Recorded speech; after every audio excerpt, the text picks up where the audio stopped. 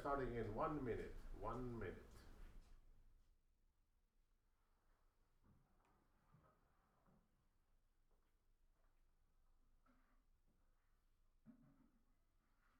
Tämä talo puhdistelee, niin mä laitan kuvaamaan myös yleisöä. Hän kutsui mun opiskelijatiimin tänne, mutta ne ei tainnut kereä.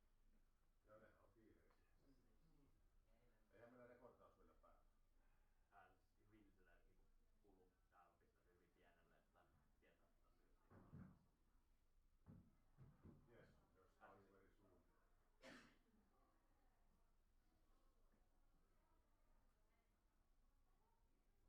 Yes, you're starting very soon. Help yourself, coffee. It's called lab coffee. It's special coffee only for you. Make once a month. So taste it, try it, be amazed. Secretly, it is it just recently won the best coffee competition. It's really. Mikä mä aloitan?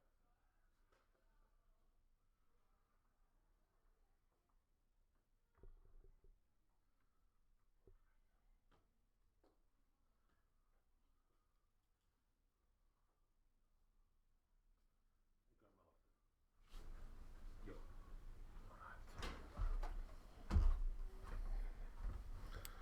Hello everyone, my name is Pekka Abrahamsson. I'm a professor here at the University of Jyväskylä at the StartupLab, and it's my pleasure to welcome you all in our monthly event Open Pitch Friday, which is an event for startups and research-based innovations to come here and share ideas, get some feedback, and get your startup or idea going forward.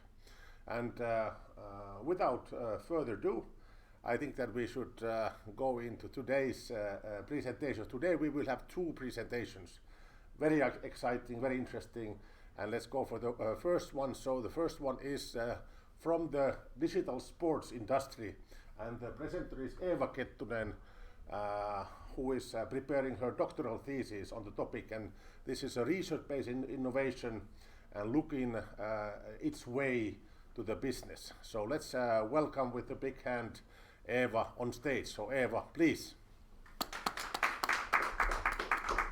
Stage is yours. Thank you. So, hello everybody. My name is Eeva Kettunen, and first of all, thank you Pekka for inviting me here to do this pitching. I'm currently working as a sports psychology consultant, and I'm a mentor. This year, I'm a mentor coach for the team Jukurit, which plays in SM Liiga.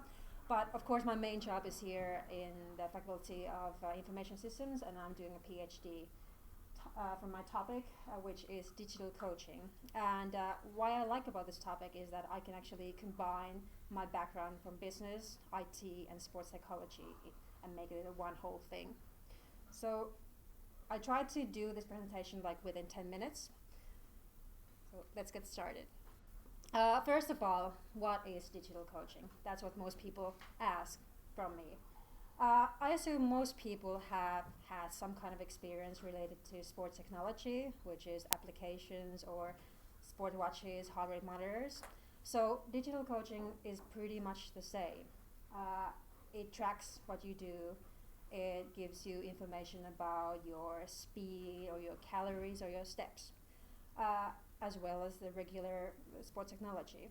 But it also takes one step further.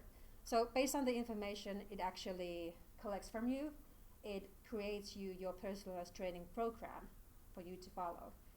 And the more you do it, or the more you don't do it, it adapts the training program as you go. So that makes this a digital coaching.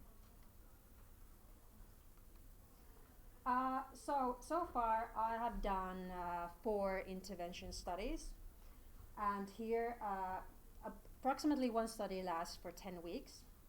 I have done so far and published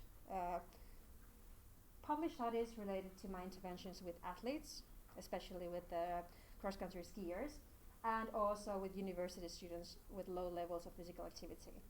And at the moment, I've also done interventions and collected data related to teenagers and young elderly people, which means plus 6-year-old users. Those results are under analysis at the moment, so I can't really tell about the results yet. And my fifth intervention hopefully will take place in Japan in January. I got invited to the Artificial Intelligence Research Center in ICE Research Center, which is in Japan, and they heard that I'm doing this intervention with young elderly people here in Finland, and they got super excited about that and wanted me to come and do the exact same intervention with them, and this way we can have like cross-cultural comparison, and that would be a really good thing for my PhD, I think, and really interesting results as well. So within all of these intervention studies, I have had two aims that I'm studying. First, I want to know how using a digital coach is able to affect users' motivation and how is it able to affect their training in general, and also how it is able to affect their self-efficacy related to exercising. And self-efficacy actually means your own perception about yourself as an exerciser. Secondly, what I'm interested in, I want to know how digital coaching could be further developed to basically serve your needs, serve the participants' needs even further. So two aspects, more psychological and then more practical. So first, 2 slides about the athletes study. So we did the study with cross-country skiers. It actually took place, the intervention took place only for 5 weeks. It was done here in Jyväskylä, just before the race, a big ski marathon race. And the device they used was called the Racebox. And it's a Swedish digital coaching application. They had the heart rate monitor and then they had a phone application. And this digital coach is related to skiing technique. So it gave them real-time feedback about their skiing technique while they were actually skiing, and gave them a personalized feedback and personalized training program. So the key results about that study. The participants felt that this using digital coach made actually the whole training more focused. And they also felt that it made the one individual training more focused, since they had something to monitor and something to bring more variety into the training. They liked a lot the real-time feedback, that they could get feedback about their skiing style while they were actually doing the cross-country skiing, the training. And they said that seeing your development based on this data and based on this application actually made them made their self-efficacy towards the upcoming race higher. They felt more confident about the race after using this digital coach. They also have some negative feedback, of course, and the most the negative feedback were related to functionality and usability. So they had to carry their phone first of all, and when they went skiing it was like minus 10 degrees, so it's hard to actually use your phone and things when you have to take your gloves off and the weather it's too cold for that. They also wanted more clarity and more variability into the feedback that the device gave them. And they also felt that sometimes the device was not able to take into account their life outside training. If they had a flu, they couldn't like tell the device, okay, I've been sick for the last week, so that's why I actually can't do what you suggest me to do. Then I move on to the other study done and published so far. It was done with university students who felt that their physical activity level is actually what it should be. They don't meet the weekly or daily recommendations. So with these people, we use a different type of digital coach, and the device was called Suunta 3 Fitness Watch that was released about a year ago. It had 24/7 activity tracking, it has stress and recovery tracking, it had sleep tracking, and it had a heart rate monitoring, but it was done through the wrist, not with the heart rate belt as usual. But the thing that makes this watch a digital coach is their adaptive training guidance, which is a feature designed by First Beat Technologies here in Jyväskylä. And this one, it basically creates you your personalized training program and adapts it according to what you do or what you don't do. And it gives you like suggestions when to train, how long to train, and with what intensity. So the key results, 80% felt that they had some kind of positive effect on their exercise motivation. It could be a lot, it could be a little, but at least it's somewhat positive. And the thing that they liked the most is that using this digital coach, it made them see their improvements. And it also made them realize what their current fitness level is. And they like that they can get some instructions on what to do, when to do, and how to do it. So basically they were able to learn about themselves as exercisers while using this digital coach. They also said that having a digital coach cannot be the only source of motivation, so you have to have some kind of personal motivation to get fitter or do exercising, otherwise a device by itself, it doesn't help. They had negative feedback, and their negative feedback was mostly related to the wrist heart rate, which they felt that it's not accurate enough. And some of them felt that the watch, a digital coach, was actually not easy enough to use. They had some problems because most of them were using sport technology for the first time. About their attitude, we measured their attitude in the beginning of the intervention before they received the watches, and after 5 weeks, and then in the end of the 10-week intervention period. And the scale was 1 to 7, 7 being really good and 1 being not so good. And before they started the intervention, their average attitude was 6.3, which is quite high. After 5 weeks, it was 6.0, and after the 10-week period, it was 4.8. So the attitude decreased, but it still remained quite positive. 4.5 is still quite good. It means that this is viewed positively, but there needs to be some changes so that the attitude keeps on being as high as in the beginning or gets even higher. Then a few words about teenagers and elderly interventions. I'm not going to present precise results since I'm still analyzing them, but I've done 40 interviews, so I have some kind of opinion or some kind of information already. How did they go? Or what did they like? So first of all, why I think that these two target groups are super important to study is that 80% of teenagers worldwide are not meeting the requirement level of physical activity, which is kind of shocking.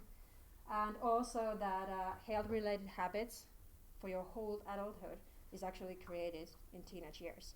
So therefore, if we can affect them while they're teenagers, then we can have a really long-lasting effect for their later life. And about young elderly is that if we increase their physical activity level, we can increase the quality of their life. And also, at the same time, we can decrease the medical costs in the future. Those are really two important reasons as well. These are not official results, but something I can say about doing the interviews. With both of these target groups, using a digital coach, who was actually the same so the 3 Fitness Watch, they were able to realize and learn something about themselves, and it was able to increase the level of their self-efficacy. So they felt more confident as an exerciser after using this digital coach. Also, both of the groups had interest towards this technology, but of course they had suggestions of how to develop it even further to serve their needs. And a couple of things that I found really interesting is that they wanted the digital coach to include features outside training. For example, the teenagers wanted to have a feature in the digital coach that says that when it becomes dark and when I go out, I should actually remember to put the reflector on to be more safe. And when it came to young elderly people, they wanted to digital coach, or some of them wanted the digital coach to say when it's time to eat, because they sometimes don't remember to do that, or when it's time to take medicine. So lastly, I asked them, okay, if you had to choose in your own like choose now, and you can choose only one of them, which one would you choose for yourself? A digital coach or a human personal trainer? And I would say the answers are about 50-50, and here are the results why they chose these particular things.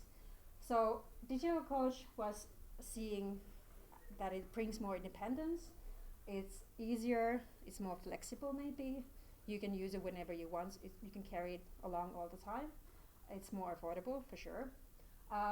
It gives you objective and accurate feedback, and it's also based on science.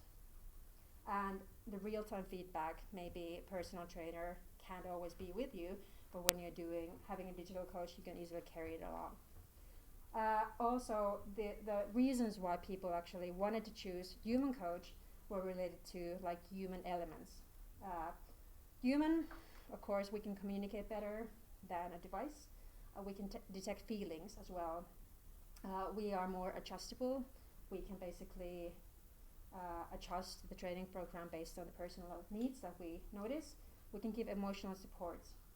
And some people felt that if the information comes from a person instead of a device, the information is actually more reliable, whereas the other people felt just the opposite.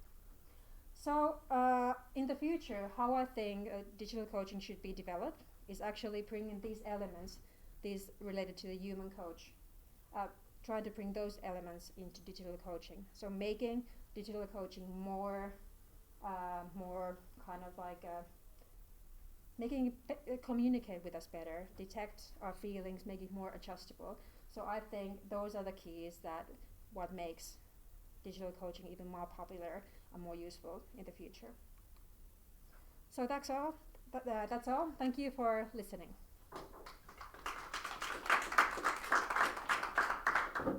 All right, I join Eva on the other side here, and let's start with questions. But I have a first question for you. Exciting presentation, nice data.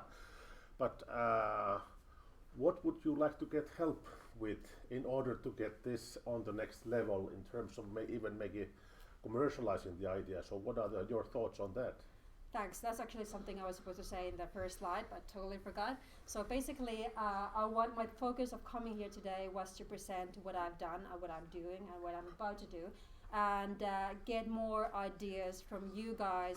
What is something, how this, I see potential in this idea, how this can be made into a business plan, and how these devices can be developed so that they are more effective and serve a large amount of population even better, to making them more physically active. So I'm not proposing a business idea, I'm just basically asking help and raising discussion about the important topic. But you see, based on your results, that there would be room now for this concept of digital coach. So people actually would like to gain access to those kind of devices and services. I would say so. People are interested. All those 4 different groups that I've done research with, they are interested in this, but they see that something maybe needs to be done even further, that they would maybe be even more interested and actually would buy it. Yeah, I like the fact that she's a researcher, so I mean, when something needs to be done, you are actually going to that direction. But let's ask for the audience of ideas that was generated in terms of them taking the next step in where these ideas could be taken.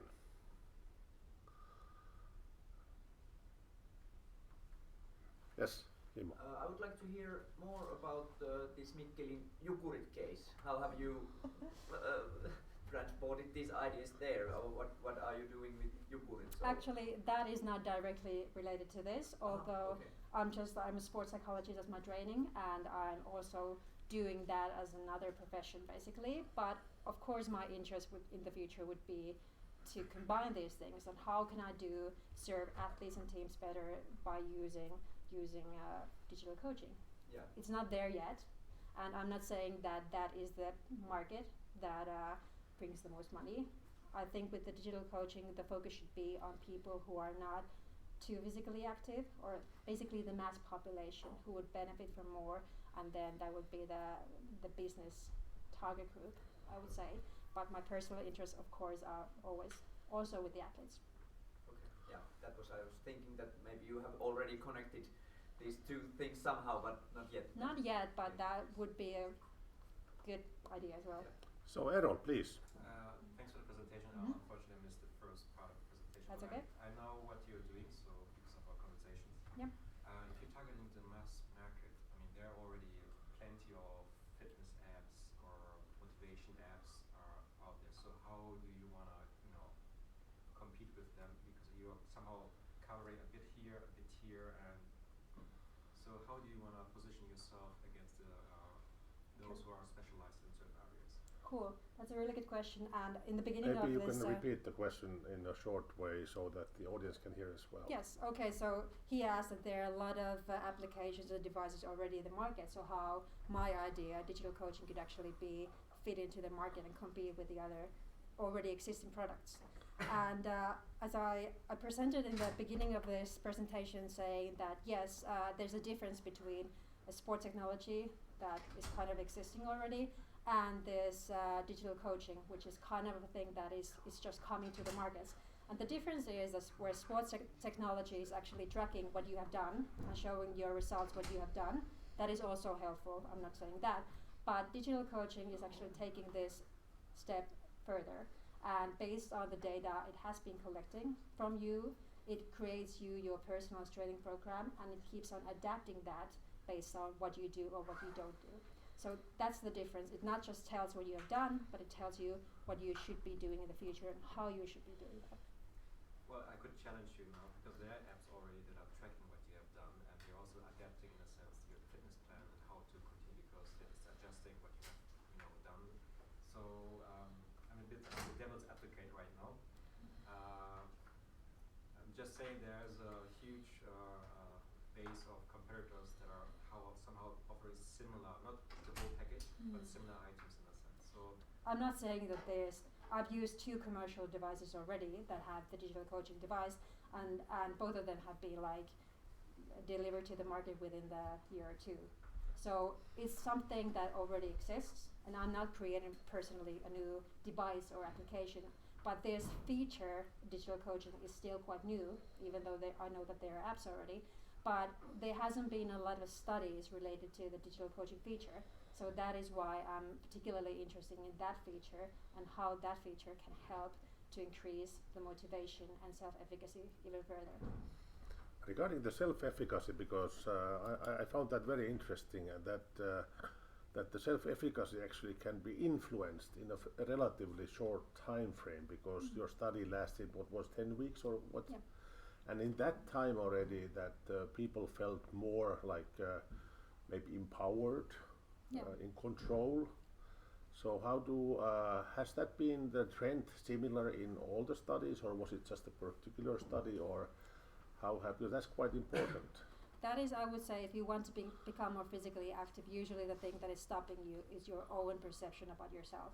So using a device in all of these 4 studies that I've done has shown that by teaching you about yourself and showing you data about your performance and the improvement has actually, in a short time, improved your self-efficacy, made you realize that you can actually do more than you think you can. And it has been shown with all of these 4 target groups, but I would say with teenagers and with the young elderly people, so people who are younger and don't have that much experience yet, and people who are getting older and maybe have lost some of their self-efficacy already. Those are the target groups that I believe personally as a sports psychology consultant that a device or even a personal trainer can help changing their self-efficacy even more. Yes, we have a question from the audience. Abrar. Thank you, Eva, for the presentation. I liked it, and as I understand that you're asking for some kind of suggestions, right, with regard to how you can convert into a startup, and also to the question Eero mentioned beforehand, that how it can be positioned in a different way compared to the already existing markets. Yeah. So I was actually looking to one case beforehand, this company which is in the running machine industry. So I think the company's name is Peloton or something. Okay. So they have been also trying to position themselves among all the market leaders.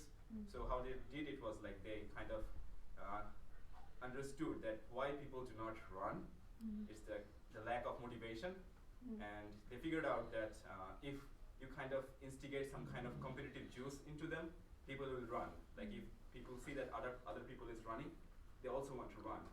So they kind of installed a monitor on their running machine, and on that monitor they can actually see real people running at the same time at different locations in the world. So what I'm saying is that if you kind of can integrate some kind of community-based feelings, community-based features with known people, also using the app and how they have progressed, and also maybe some kind of to combine the social network within it. So that might actually give the user to really use it compared to the other services.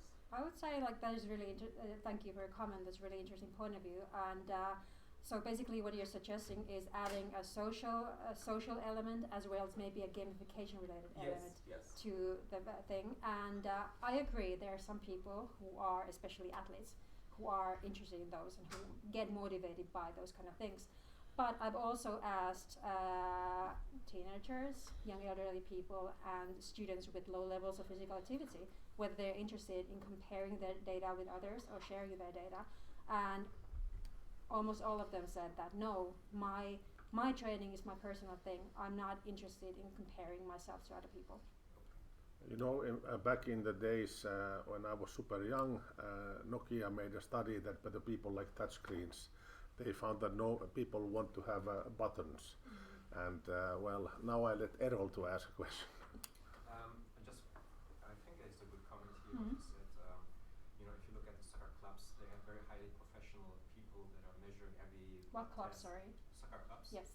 They're measuring their soccer players very, very thoroughly. Yeah. And then of course you have the mainstream apps that are running in a sense. So if you could find something in the middle that is somehow combining a bit more sophisticated measuring of the fitness and the more mainstream, and combine with the real world, sort of, let's say you're an app that is specifically for a fitness chain or for soccer club or sport, something that could be something that you could find a niche in a sense. So it's something that is in the middle between the mainstream and the most very highly professional, sophisticated, something like that. Yeah. Thanks.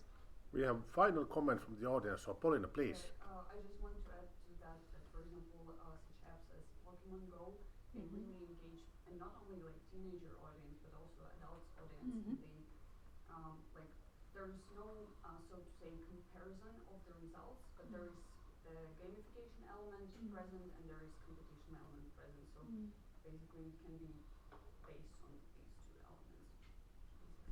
I agree that some people might be interested, but I don't think that everybody is interested in comparing yourself, especially if you're not so sure about yourself as an exerciser. You don't feel confident yet, so then comparing is maybe not the thing. But when you get to the next level, I think that would be something that will boost your motivation even further. So thank you. Ladies and gentlemen, Eeva Kettunen, thank you. Thank you.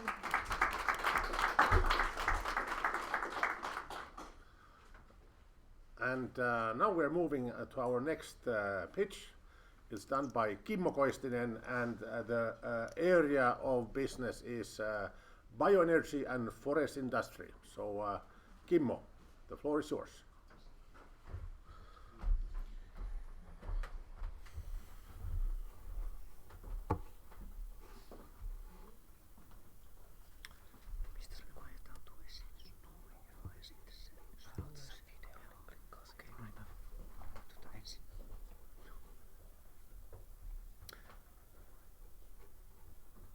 Okay, hello everyone. My name is Kimmo Koistinen, and today I'm giving an introduction, short introduction for two different startup companies related to each other in the area of forestry. I was graduated from here, from Jyväskylä University School of Business and Economics a few years ago, but my early history is from forestry. I was more than 10 years ago, I was graduated from Rovaniemi Polytechnic as a forest engineer. Then I have been running a family business in the area of communications, more than 10 years, maybe 12 years, and but at the same time I've been doing also I've been working in the area of forestry with the forest owners all the time, and I've been starting a company-based forest investment business and so on. So, but in the end of last year, I came back to the forestry area, and these two startups, they both have been started and founded this year. So let's start with a little video.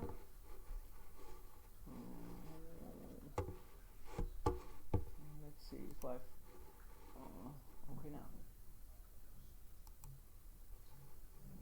Do we have a sound here? Can you need help with the sound? Do you know?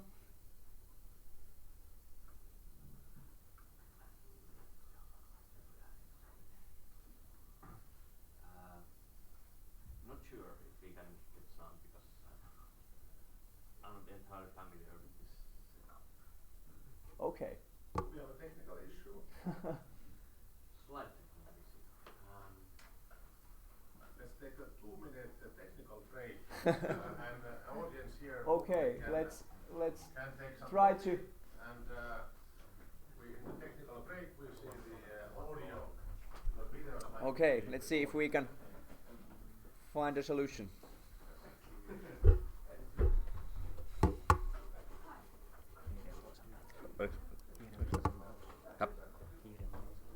Nyt toi vielä veneksi. Okei. Tonne äänitteet, jos se on.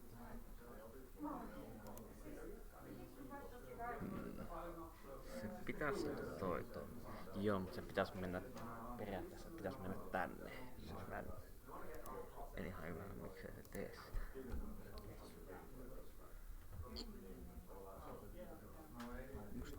Eihän tuolla nyt ole sitten ihan nollassa.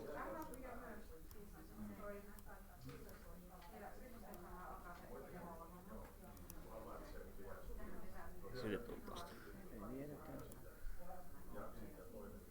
Jos ei muuten, niin vähän sen hyvin väliaikaisesti laittaa tästä sään. Se ei ole se paras idea. Se ottaa sen tosta kyllä sitten aina. Joo. Niin, joo, ei se mitään, kun laitetaan siihen lähinnä, että saa. Joo. saa Täytyy. Mä en tätä asiaa, miten tää toimii.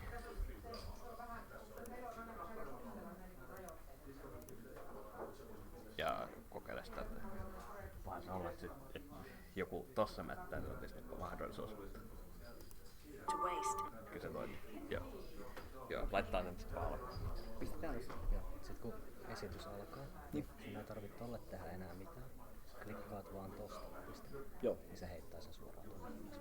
Okei, joo. Nyt kun se tosta pistää päälle ja sitten stoppia. Niin just, nyt mä ei tarvitse mennä enää tonne hiiren, joo. Siinä.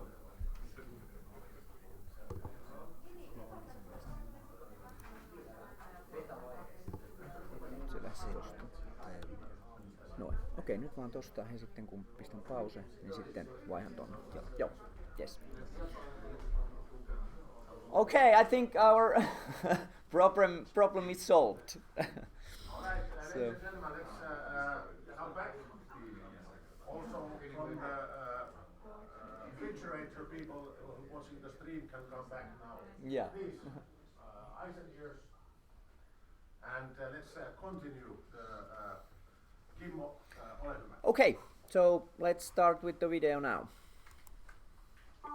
Finland is a bioeconomy superpower with rich natural resources and a world-class innovation environment. We are the #1 forested country in Europe, with over 75% of our land area covered with forests.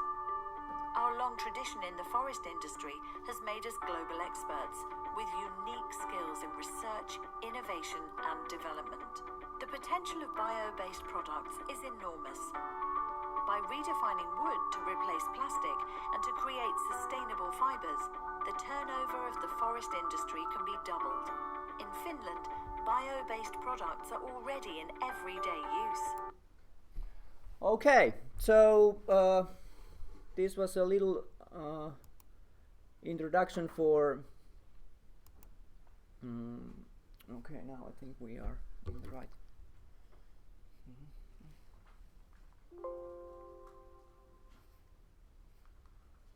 Okay,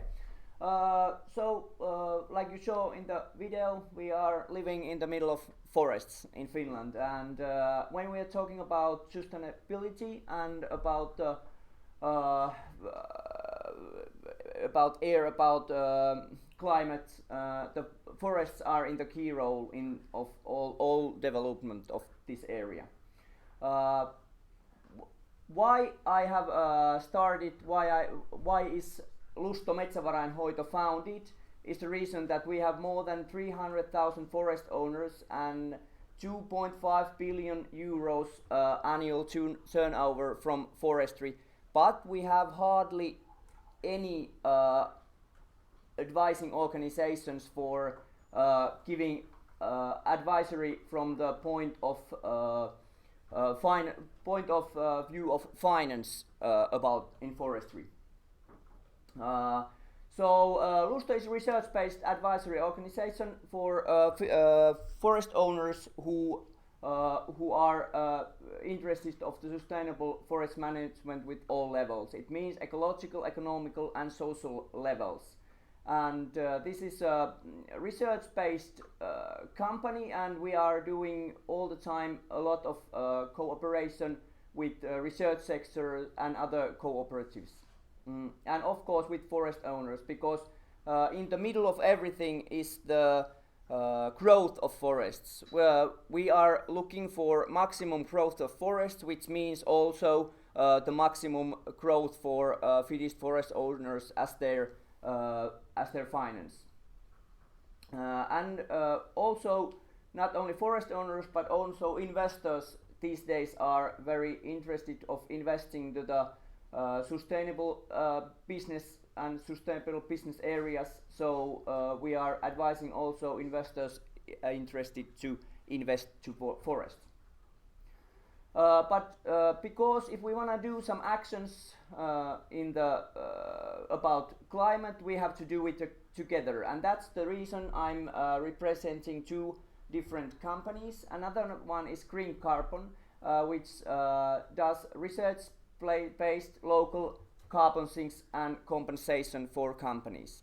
So it means all the carbon sinks projects, they are based on the management of the sustainable management of the forest. So in the other hand, it means it's based on the growth of forests. So, but we are doing it locally, because in Finland at the moment all the carbon sinks projects that are done, they are done in Africa or somewhere else very far away from Finland. But now Green Carbon has started to do it locally, and it connects the companies who are interested of the compensation, and it connects these companies with Finnish forest owners. So, like says, these all the carbon sinks projects they are research based and verified, and with these projects companies can compensate their carbon emissions. Like I said, we have to do all the things together, and that's why I'm here. I'm connecting Lusto and Green Carbon, and maybe I'm connecting some of you in the audience. So we are looking for cooperatives in the area of information technology and environment technology, for example. Yes, thank you.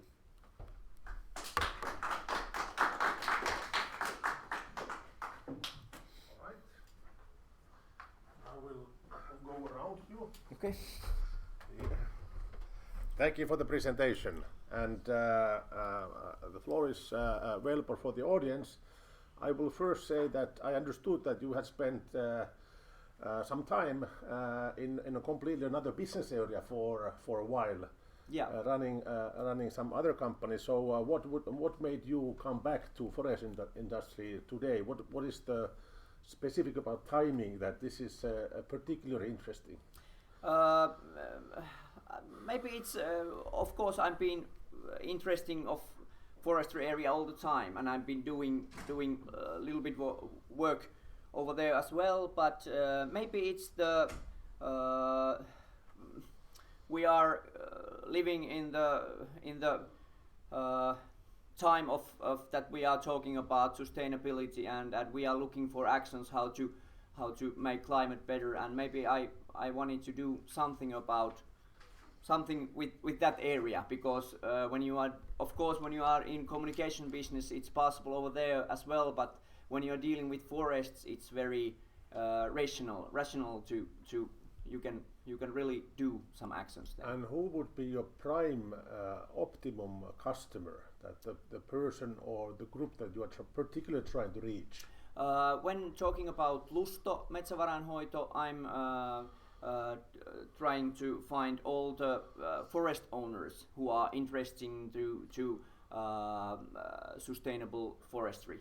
But when talking about green carbon, then we are connecting companies and the forest owners. So the customers are the companies who are interested of compensation with local carbon sink projects. But at the same time, we are trying to find all the forest owners who are willing to do some actions in their forest, that the forests grow more, because that's that's the main thing. We have to do something in the forest that we make the forest grow more, so there will be new carbon sinks, that because the growth that it's at the moment, it's not enough. It's nothing to compensate. But when we do some actions, then we make some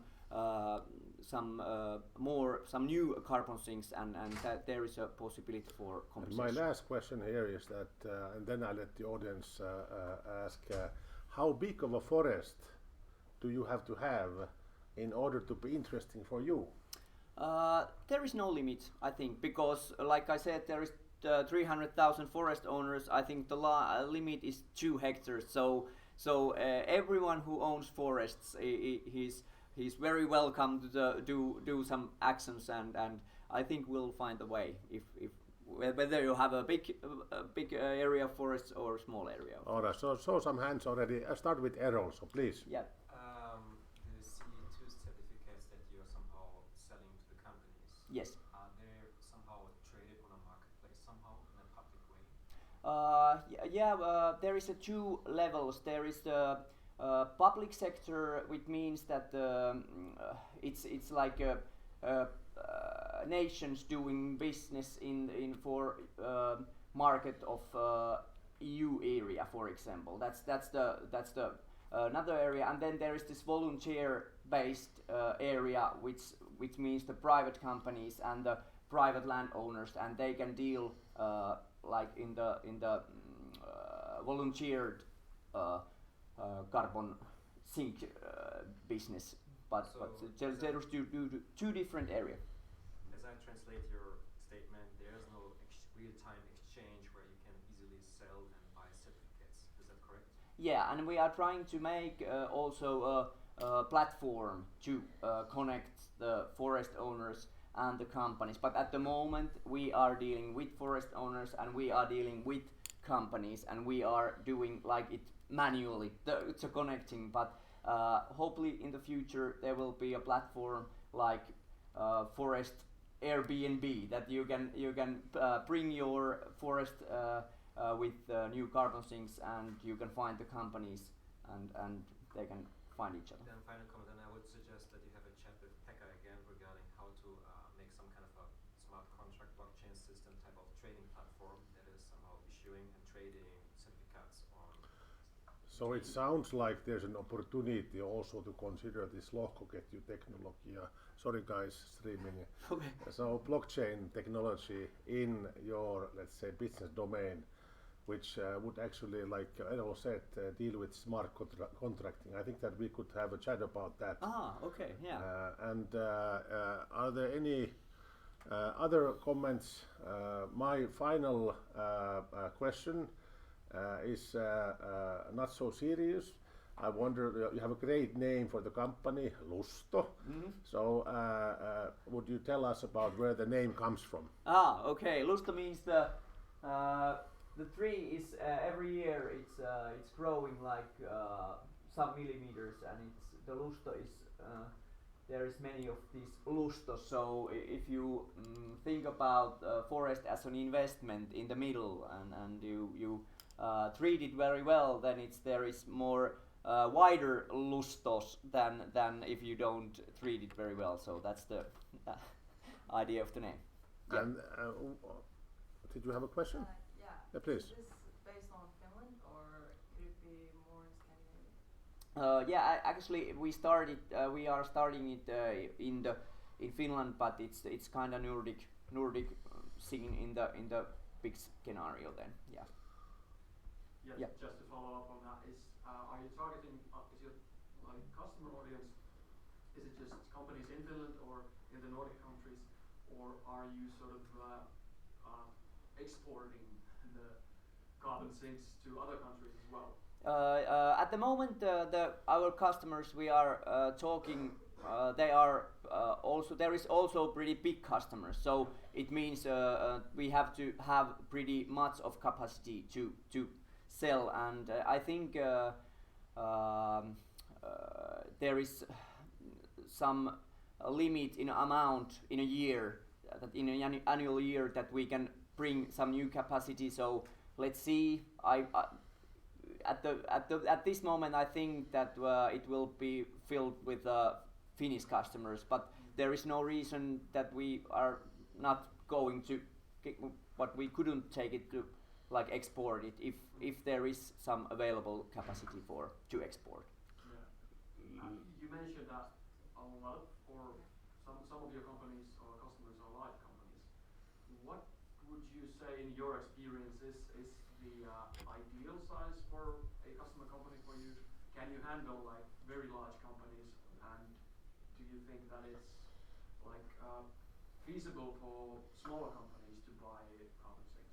I think it's possible for everyone, because big companies, you can take some part of the whole footprint of carbon, that maybe, for example, the flights or something like. It's easy to calculate, because first of course you have to calculate, then you have to reduce, and the third one is that you can compensate, but first you have to calculate and reduce. So there is always have to be exact calculations, and if you take some part of the business, then it's more easily you can easily do the calculation. So I think, but if it's a small business, then it's possible to calculate the whole footprint of the business and maybe do the compensation as at least part of it. It's I don't know if there will be in the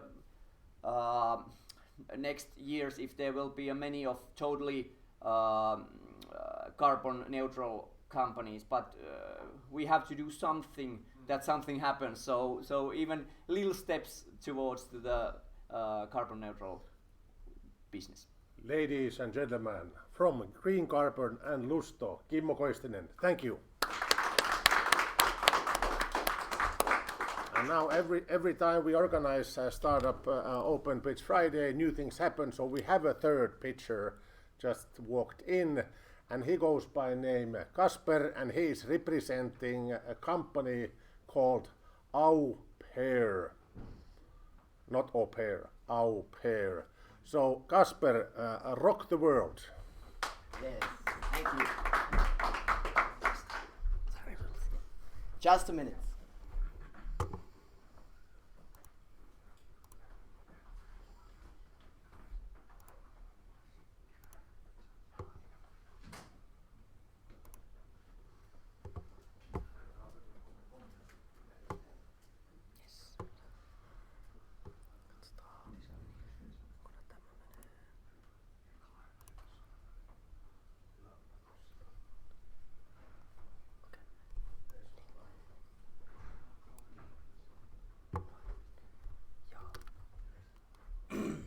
Okay, so before I start, I have to give you a heads up that we are on a alpha stage. This is not like fully finished slide or show, but we're practicing it. Actually, I was planning to do with a friend, but yesterday's Kauppakadun Apro got him, so I'm alone today.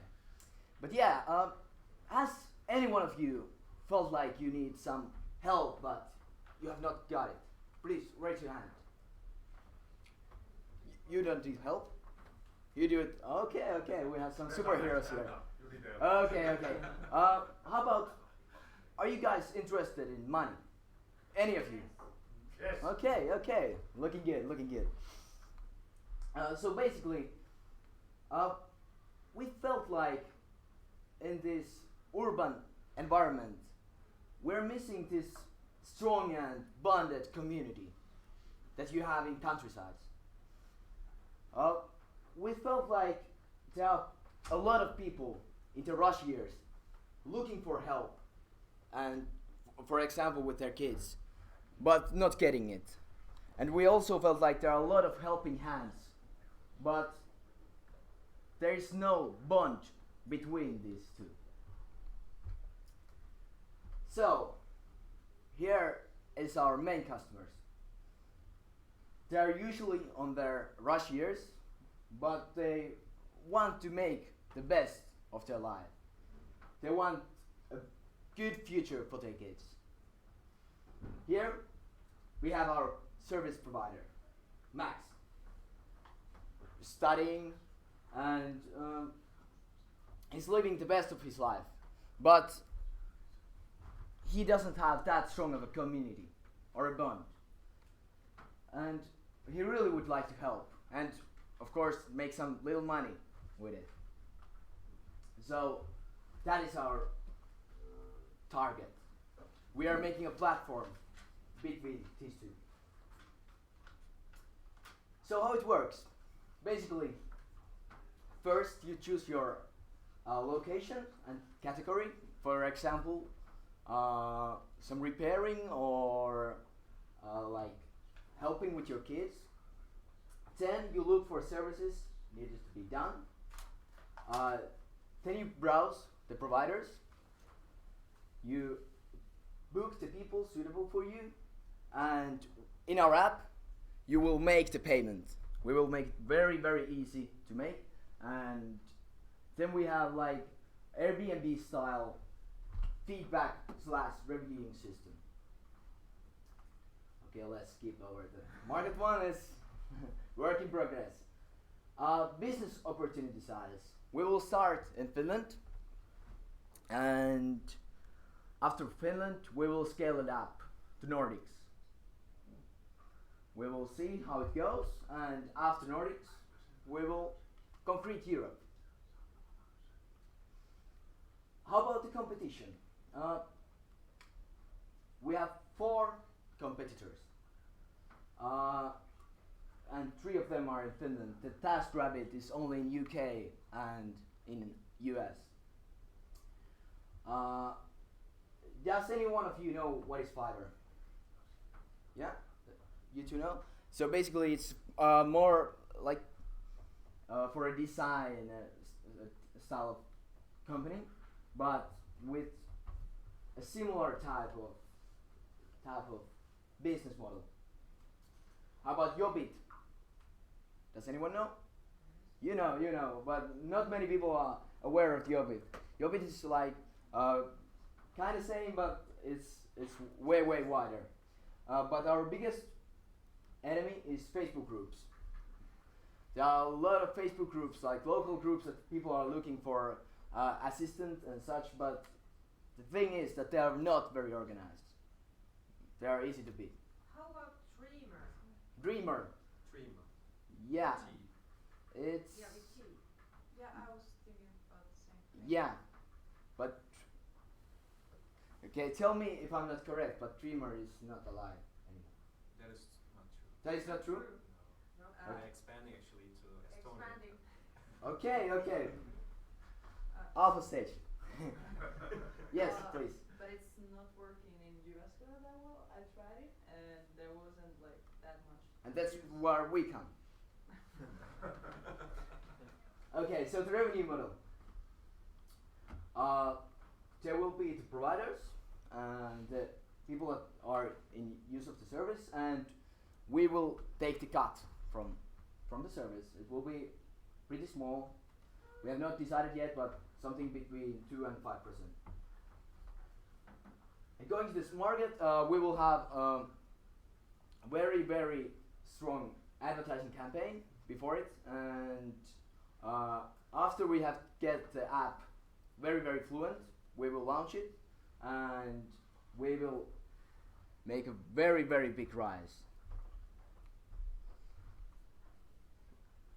Roadmap. Here is how we are going to do it. The thing that I just said. This is our superstar team. It's missing some pictures. Don't mind it. But yeah, here is the CEO Mikael, who was supposed to come with me, but Opera got him. This is me, you can see, and rest of the team. But yeah, thank you.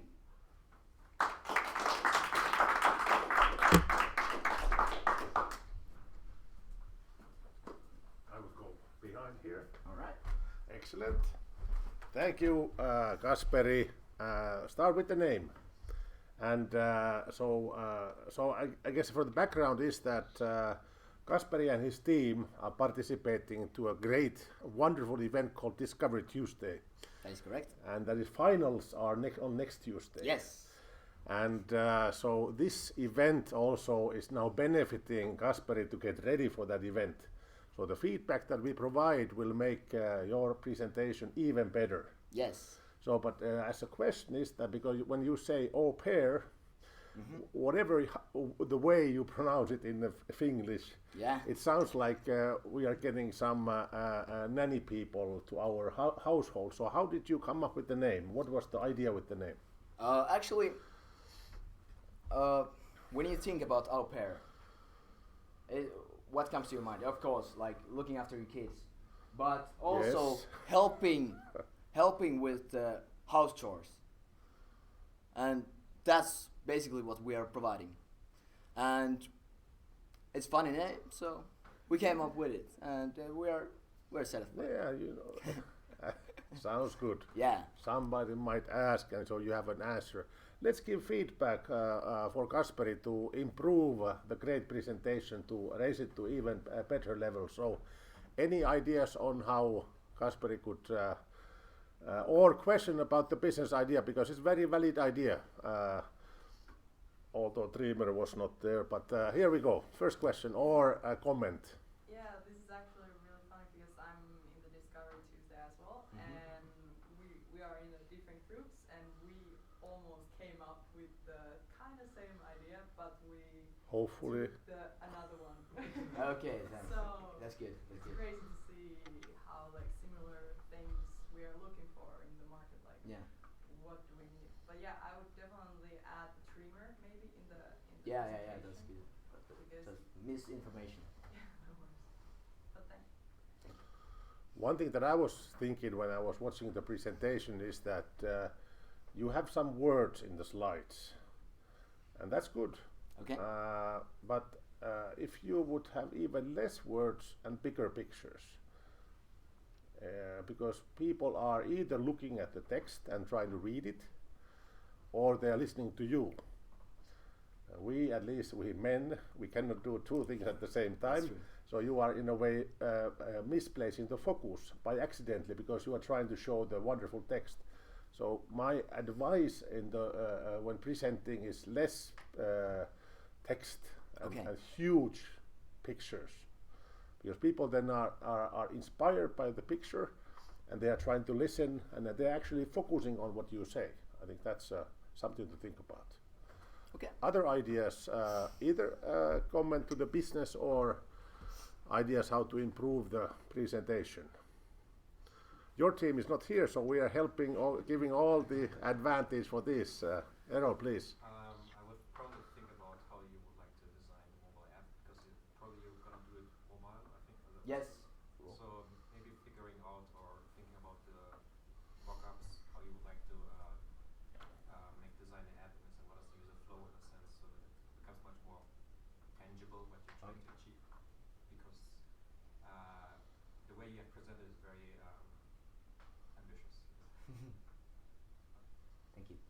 then you can already feel it that you would be able to use it if you have, for example, some pictures of the app or some design, then you could already feel it in your own mobile phone how it would be to use the application. So then it comes closer to your own life. And for that you wouldn't need a developer. You can just have one of the services Yeah, that's hookups. yeah. I have to comment on the name because I just tried to search the au pair and it fixed it to au pair in the actual current organization. Okay. So in my opinion that is kind of a problem because that will mess up your search engine optimization, but also like when you came to the stage and said you were au pair, I was immediately thought you were talking about the other organization. So Okay.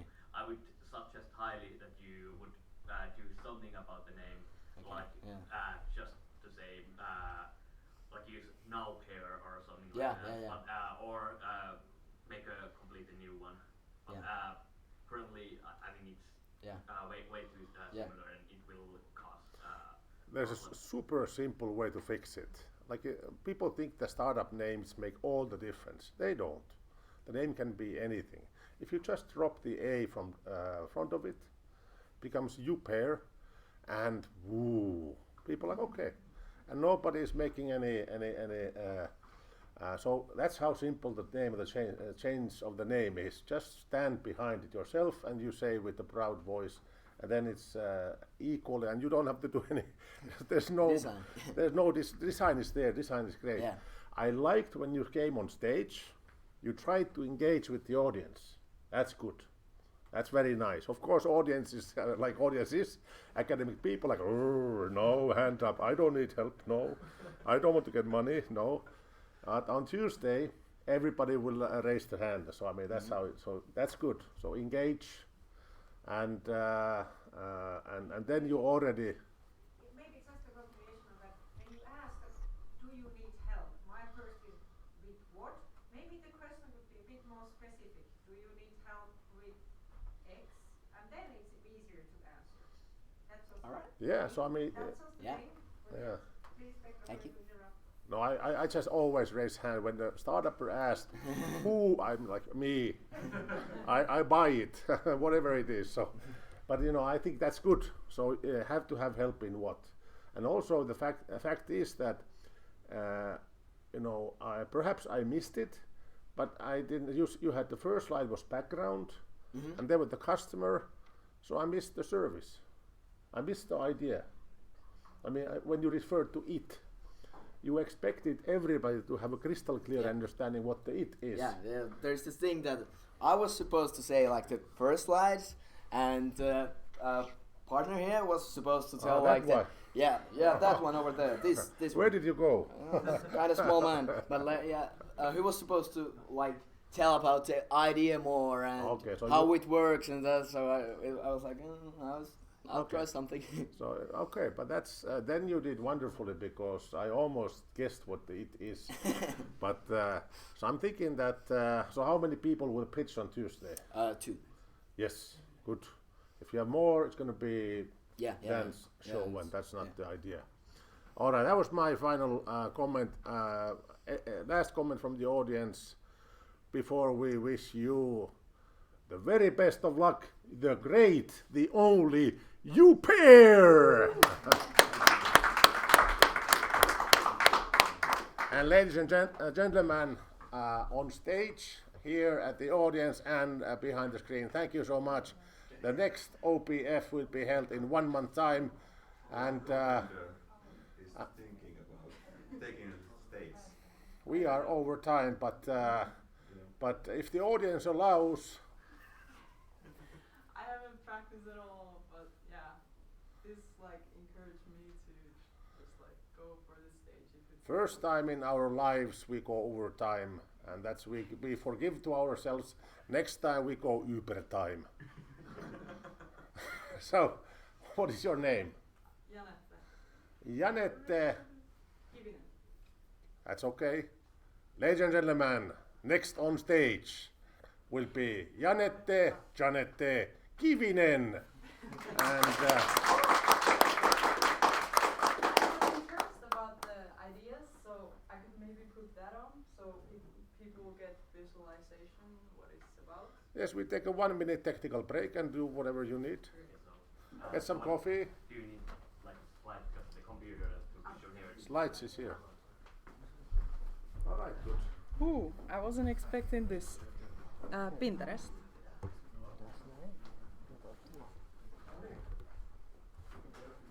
Antaa sen olla siellä. Otetaan uusi.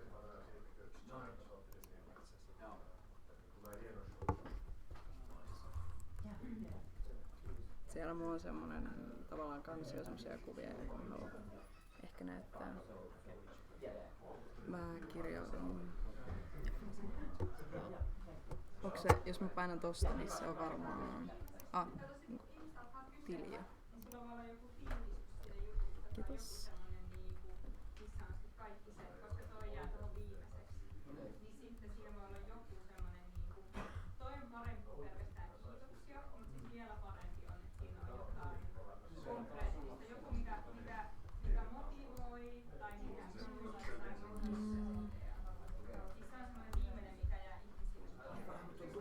Tässä varmaan mulla pitää mennä, niin kiitoksia suuresti. Tämä oli oikein mukava mahdollisuus, että pääsin. Ja kyllä se nyt noin tönköllisesti meni englanniksi, vaikka ei ollut koskaan ennen sitä englanniksi kuulla. Tästä vasta oppii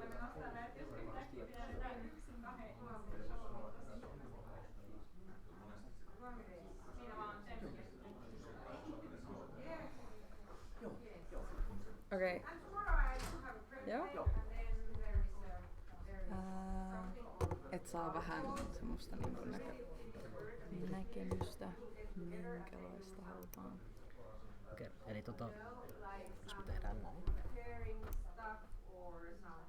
Täällä näkyvissä. Pystytkö sä ohjaamaan tästä samalla tavalla? Joo. Hei, tää on tosi hyvä.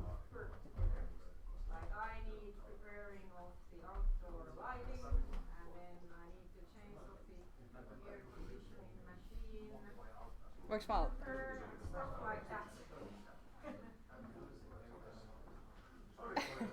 Ladies and gentlemen, let's get the eyes here. Say and we have the name of the startup is It is Sauma and Sauma. Sauma. It's I know Sauma. So a startup that goes by name that we are very familiar with. It is Sauma. Thank you. So my name is Janette Kivinen and I have made this idea about 1 year already. So next Tuesday is going to be massive for me because this idea I really want to make it true. So the idea is making public sauna to Jyväskylä. Why? Because I wanna combine Jyväskylä people and the culture of our like Finnish culture, and bring it to one. So it would be like a public sauna, heart of Jyväskylä in the harbor place. We come up with the idea that the location should be in the harbor because it's really busy area. All the events are based on there, and I have heard that Jyväskylä city that wants to bring the people in the harbor area, so they are looking for things to make the place more popular. So the concept already works in a lot of cities. In Kuopio, in Tampere, in Helsinki there is Löyly, and this kind of reminds the architecture of Löyly, but we want to make like a Jyväskylä version of it. And not that expensive. We want to make it affordable because Jyväskylä is still like a student city, so we want to make the prices a little bit lower and not at the restaurant part of it, because if you go to a sauna, you don't want to put like nice dress and everything, go for a fancy restaurant, and then afterwards you go for a sauna. It kind of doesn't work, so we want to make it like you can go for a couple of beers or something in the terrace area and then you can enjoy the sauna. There will be different events like midnight sauna, Light City, Jyväskylä. We would like take all the events that are held in Jyväskylä to the sauna area as well, and make it like really like a place to be when the events are, like a rally example, or yeah, the different events. And yeah, people are already interested of investing this, and I'm really excited to really make this happen in Jyväskylä. This was really unprepared pitch, but I hope you get the idea, and Tuesday will be more. Stay there and come back, because we are still providing feedback because you were wonderful presentation. So if you have to, let's say, summarize the idea in, let's say, 1 or 2 sentences, how would you tell that to a people who don't know what sauna is? Sauna? Or like public sauna? Public sauna. It would be a place where you can meet people and Finnish culture that has been over hundreds of years in Finland, and yeah, it's place for everybody. It's place for tourists. It's place for families. It's place for locals, students, because we make it affordable, and also we're going to make that the place is rentable for companies, and we make like packages for companies so they can rent the place, so it's for everybody. And thinking about that, you just step up here and you gave a wonderful pitch. Can imagine what will happen on Tuesday. You will really rock the world. But hey, let's give some feedback and ideas on how to take this presentation next level. And what was the thing that you guys remember? What was the thing that you actually come, Errol, please? I think for those who are not familiar with that kind of concept coming from abroad, I think we have to communicate what is the idea behind this concept, because I get an idea what's about, but for people who are coming here from abroad, you may communicate this in a way why you would have to go there. So that is something you may consider. Well, yeah, the sauna, we have it in our homes or in our cottages, like some of but the social aspect of it has kind of disappeared. Yeah. So we want to make it like this thing that you can go to sauna, but you don't have to invite all your friends and all your families to your home.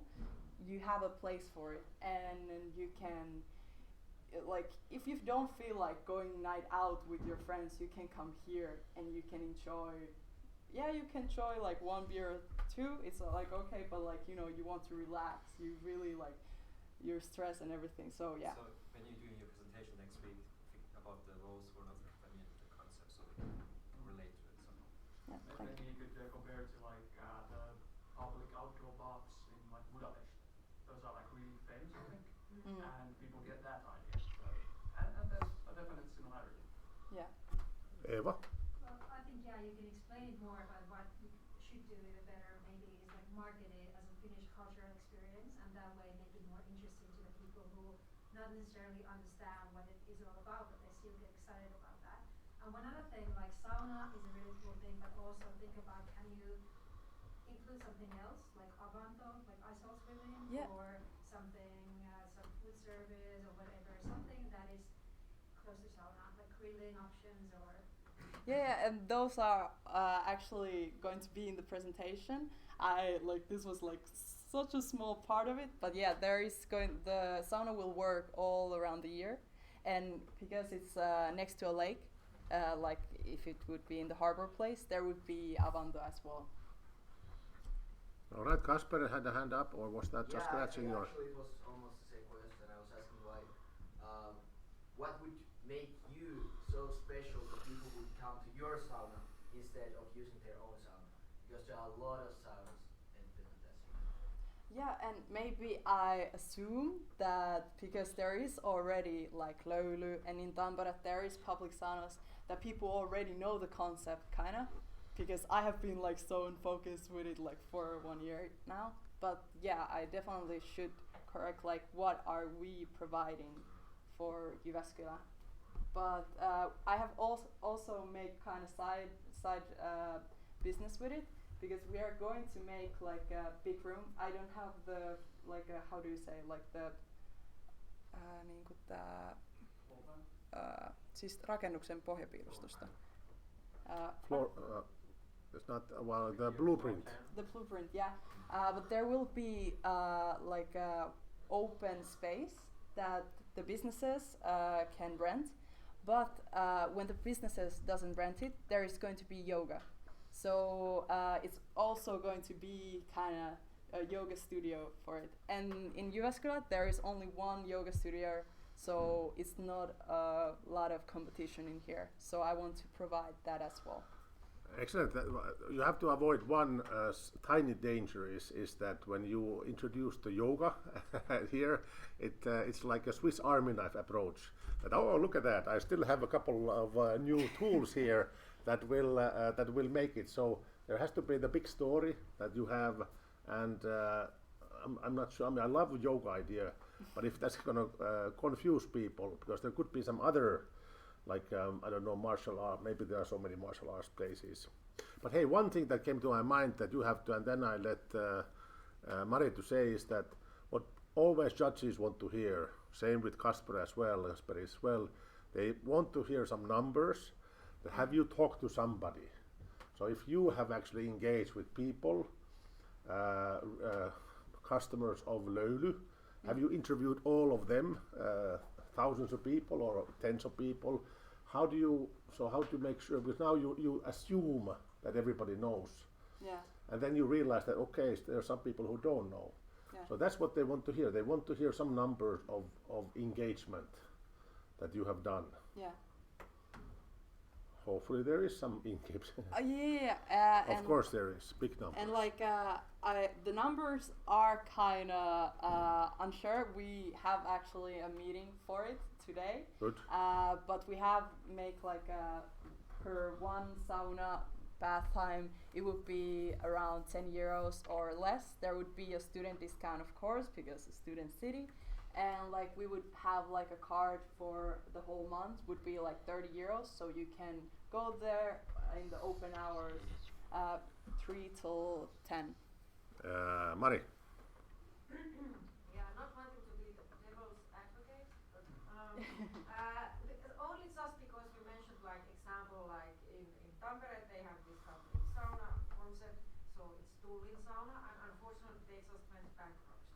So then always when you use these analogs and examples of others, so make sure when you use like okay, Löyly, yes, that one we know, and it seems that it's profitable and all that. But when you use examples, this is also for others.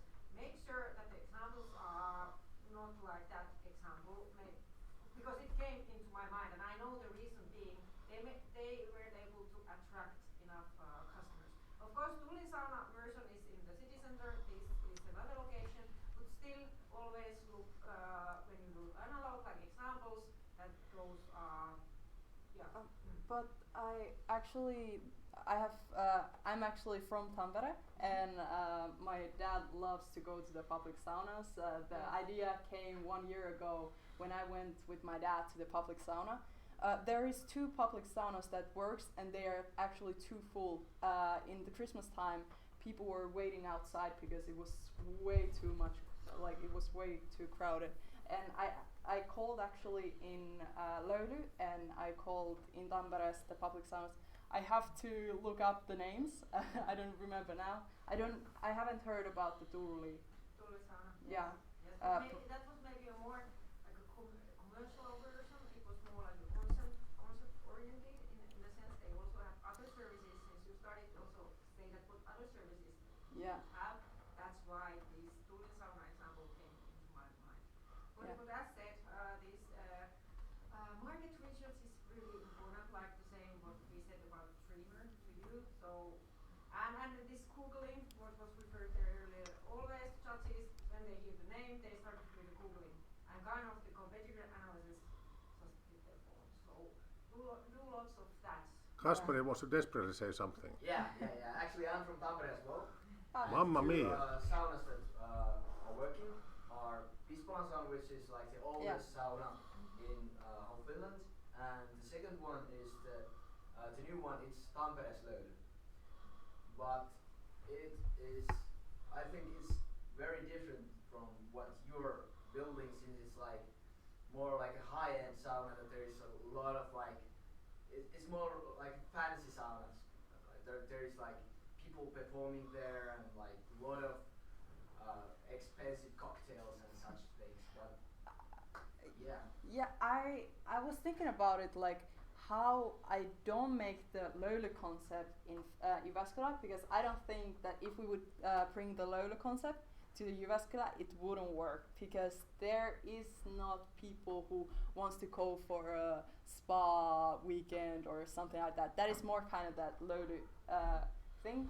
And I also thought that maybe the Tampere like kind of community sauna, public sauna thing might not work here, or maybe it could, but I wanted to make like next level.